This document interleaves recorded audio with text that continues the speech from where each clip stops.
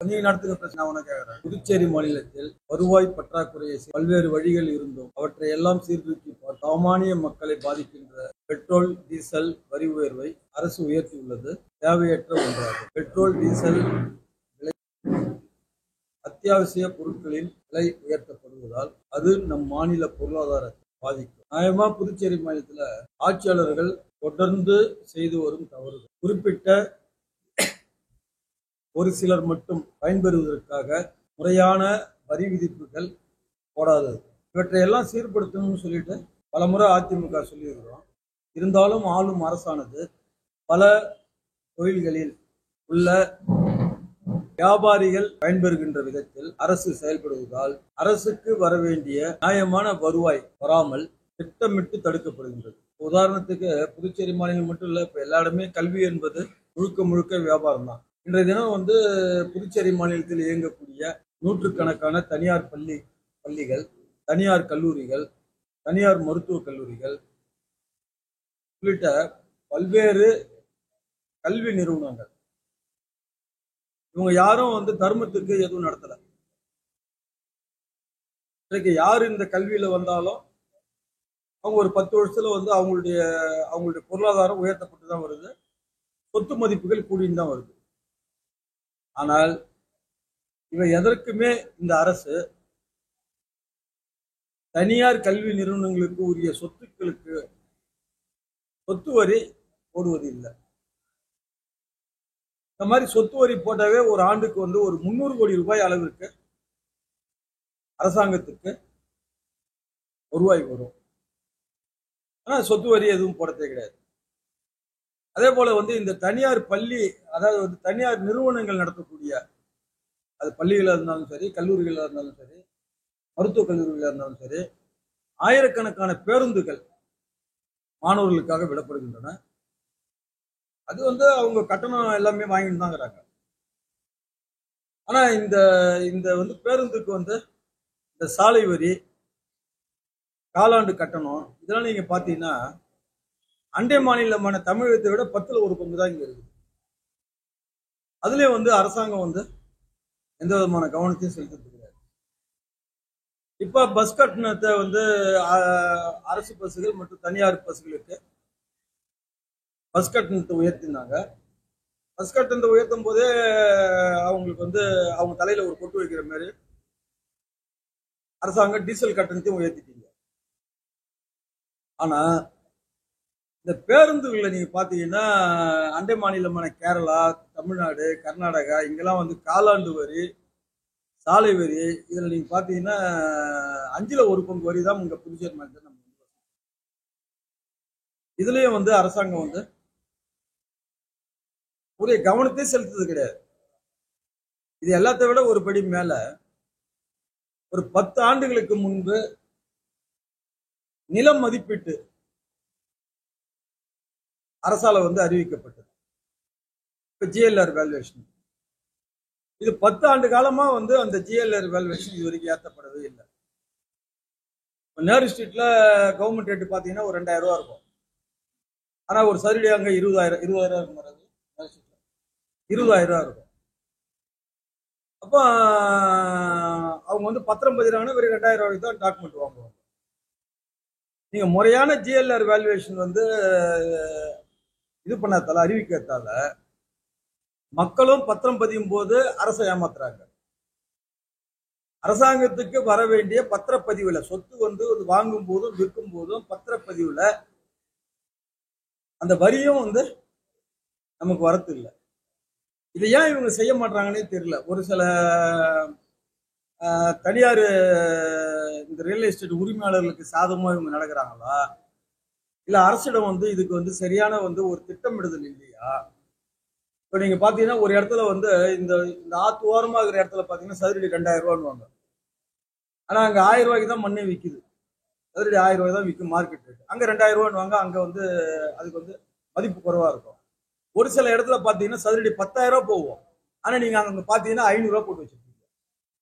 அப்ப இது ஏதோ ஒரு அந்தந்த லேஅவுட்டுக்கு தகுந்த மாதிரியும் அந்தந்த பகுதியில் வசிக்கக்கூடிய முக்கியஸ்தர்களுக்கு தகுந்த மாதிரியும் ஏதோ இந்த வரியை இந்த ஜிஎல்ஆர் வேல்யூவேஷன் போட்டுக்கிற மாதிரி தெரியுது. இது எந்த ஆட்சியா இருந்தாலும் இது இப்படிதான் நடந்து வருது. அந்த கால திமுக காங்கிரஸ் ஆட்சியிலையும் இப்படிதான் நடந்தது. இவங்களுடைய ஆட்சியில இது வந்து இப்படிதான் நடக்குது. இதுல வந்து வந்து முறைப்படுத்தணும். இதெல்லாம் முறைப்படுத்தினாவே ஒரு ஆண்டுக்கு வந்து கூடுதலா ஒரு 200 கோடி ரூபாய்க்கு மேல வருவாய் வரும். அதே போன்று நாங்க அடிக்கடி சொல்றோம், கலால் துறையில வந்து அரசே கொள்முதல் செய்யணும், அரசே வந்து பிரைவேட் மதுபான கடைகளுக்கு விநியோகம் செய்யணும். அப்படி வந்து கொள்முதல் செய்யறதையும் விநியோகம் செய்யறதையும் அரசே ஒரு கார்பரேஷன் வச்சு அமைச்சாவே ஒரு ஆண்டுக்கு குறைந்தது 750 கோடி ரூபாய் இந்த அரசாங்கத்துக்கு வருமானம் வரும். ஆனா இதுலயும் வந்து அரசு வந்து இந்த தனியார் மொத்த மதுபான உற்பத்தியாளர்களுக்கு சாதகமான ஒரு நிலைப்பாட்டை எடுத்துக்கொண்டு சொல்லுவாங்க, வருஷம் வருஷம் நாங்க அதான் யோசிக்கிறோம், நாங்க அதான் செய்ய போறோம், நாங்க அதெல்லாம் பண்ண போறோம் அப்படின்வாங்க. இதை ஒரு 5 வருஷமா சொல்லி வராங்க. ஆனா யாரும் செய்ய மாட்டாங்க. இப்ப கூட செய்ய போறோம்னு சொல்லுவாங்க, செய்ய மாட்டாங்க. இது எல்லாத்தை விட ஒரு முக்கியமானது, புதுச்சேரியில ஒரு 6 டிஸ்டிலரி. இந்த டிஸ்டிலரியில வந்து மதுபானம் தயாரிப்பதற்கு மூலப்பொருள் ENA. இந்த ENA என்ற பொருள் வந்து புதுச்சேரி மாநிலத்தில் உற்பத்தி ஆகல. இந்த ENA என்ற பொருள் புதுச்சேரி மாநிலத்தில் உற்பத்தி செய்யப்படவில்லை. இது வந்து அண்டை மாநிலம், மகாராஷ்டிரா, உத்தரப்பிரதேசம், இந்தூர், இந்த மாதிரி பல நிறுவனத்தில் இருந்துதான் வந்து இந்த ENA வந்து உற்பத்தி செய்யப்படுகின்றது. இதை வந்து புதுச்சேரி மாநிலத்துக்கு இறக்குமதி செய்யறாங்க. இது வந்து அத்தியாவசியமான தேவை அவங்களுக்கு.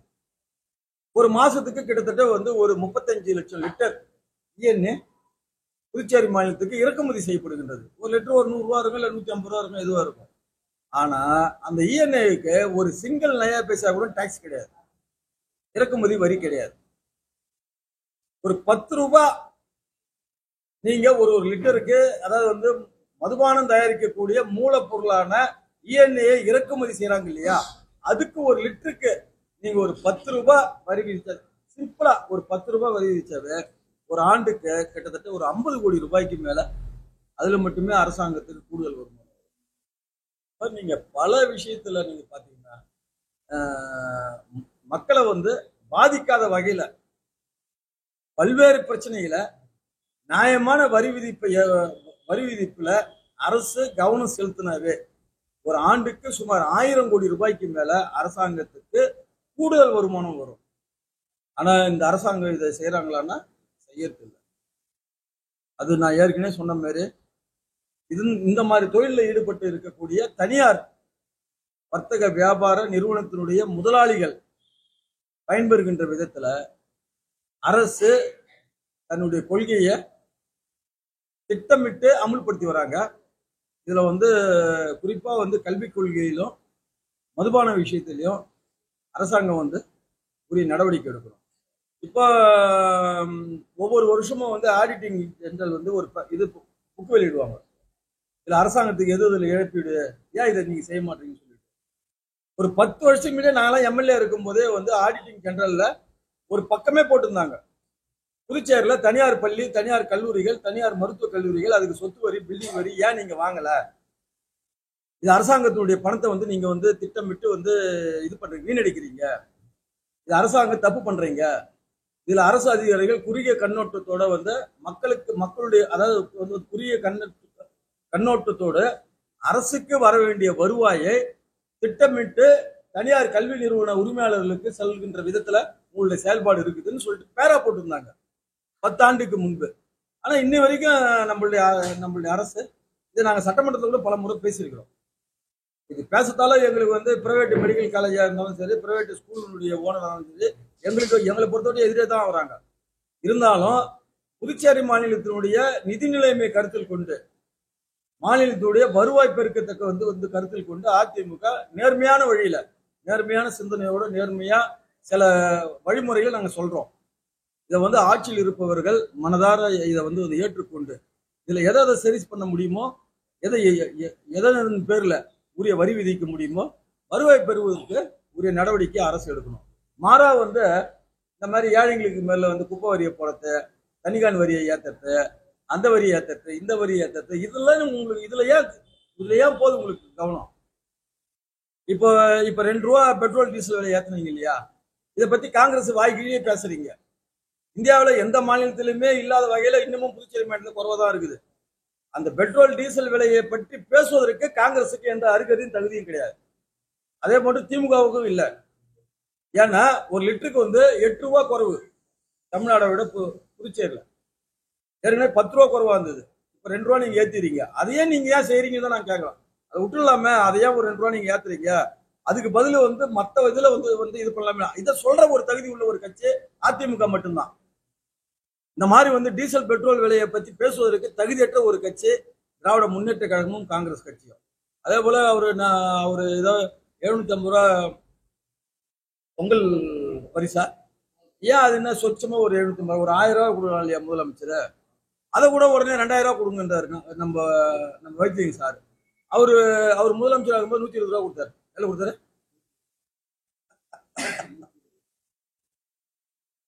₹120 ரூபாய் கொடுத்தாரு. இப்ப 2000 ரூபாய் கேக்குறீங்க. இதைத்தான் நாங்க சொல்றோம். இதைத்தான் இந்த புதுச்சேரி ஆளக்கூடிய இந்த அரசாங்கத்துடைய எந்த ஒரு தவறை கூட சுட்டி காட்டுற தகுதியை திமுக காங்கிரஸ் இல்லைன்னு இதுக்கோசம் தான் சொல்றோம்.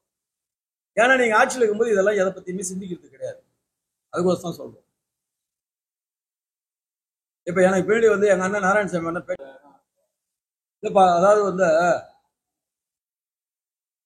மத்தியில ஆளக்கூடிய பிஜேபி அரசு புதுச்சேரி மாநிலத்திற்கு பெருமழை, பெருவெள்ளம், புயல் போன்ற இயற்கை சீற்றம் இப்ப ஏற்பட்ட பிறகு கூட ஒரே ஒரு ₹1 கூட நிவாரண உதவியை மத்திய அரசு அளிக்கவில்லை. இது வன்மையா கண்டிக்கத்தக்கது. இருந்தாலும் இந்த உதவியை பெறுவதற்கு மாண்பு முதலமைச்சரோ அல்லது துணைநிலை ஆளுநர் அவர்களோ தலைமைச் செயலரோடு டெல்லிக்கு சென்று முறையீடு செய்யணும். பிரதமரை சந்தித்து இதை சொல்லணும்.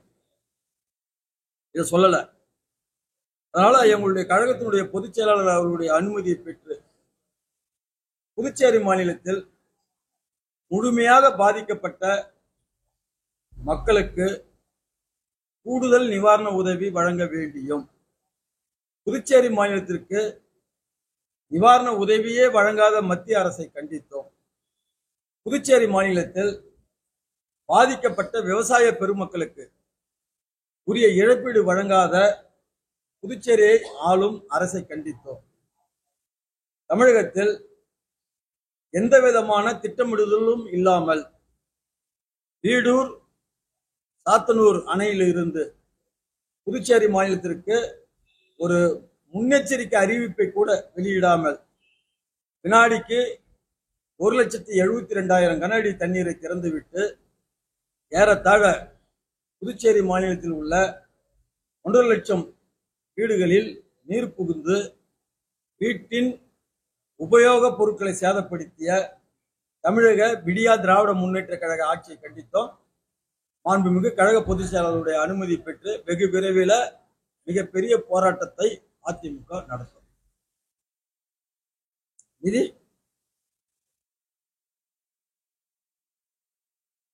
மத்திய அரசாங்கத்திலிருந்து வாங்க சொல்றோம். நீங்க வீட்லயே உட்காந்து பத்தாது. நீங்க அந்த சிஎம் அறையிலயும் கவர்னர் மாளிகையும் உட்காந்து பத்தா. டெல்லிக்கு போக வேண்டியதுதான், கேட்க வேண்டியதுதான். 664 கோடி ரூபாய் எங்களுக்கு வேணும்னு சொன்னீங்களே, அவன் என்ன சொன்னான்? சென்ட்ரல் கவர்மெண்ட் உங்களுக்கு தரேன்னானா இல்லைன்னா ஏன் அது பெறுவதற்கு ஏன் டெல்லிக்கு போக மாட்டீங்க? இந்த தலைமைச் செயலர் அனுப்புங்க முதல்ல. அப்ப நிர்வாகம் சரியில்லைன்னு அர்த்தம். தமிழ்நாட்டில் திராவிட முன்னேற்ற கழகத்தில் முதலமைச்சராக இருக்கக்கூடிய ஸ்டாலின் அவர்கள் தூங்கி ஏஞ்சி கனவு கொண்டு திடீர்னு முடிச்சாவே மோடி பிராடுன்னுவார், மத்திய அரசாங்கம் சரியில்லைன்னுவார். அப்படிப்பட்ட ஸ்டாலினுக்கு 964 கோடி ரூபாய் மத்திய அரசாங்கம் உதவி கொடுக்குது. ஆனா மத்தியில ஆட்சி நடத்தக்கூடிய பிஜேபியுடைய கூட்டணி அரசு புதுச்சேரி மாநிலத்தில் இருக்குது. நீங்க ஏன் ஒரு சிங்கிள் நய பைசா கொடுக்க மாட்டீங்க? அப்ப இது மத்திய அரசாங்கம் செய்யறது புதுச்சேரி மாநிலத்துக்கு உரிய துரோகம் இல்லையா? மத்தியில காங்கிரஸ் ஆட்சியில் இருந்தாலும் சரி, பிஜேபி ஆட்சியில் இருந்தாலும் சரி, எந்த தேசிய கட்சிகள் ஆட்சியில் இருந்தாலும் புதுச்சேரி மாநிலத்தை தொடர்ந்து வஞ்சித்து வருகின்றன. அது எல்லா விஷயத்திலுமே. அதுக்கு ஆளக்கூடிய அரசு மத்திய அரசாங்கத்தை எதிர்த்தா நாங்க துணை நிற்போம். புதுச்சேரி உங்கள் AMN டிவி செய்திகளை யூடியூபில் உடனுக்குடன் காண AMN டிவி பாண்டிச்சேரி சேனலை சப்ஸ்கிரைப் செய்யுங்கள். பெல் பட்டனை மறக்காமல் கிளிக் செய்யுங்கள்.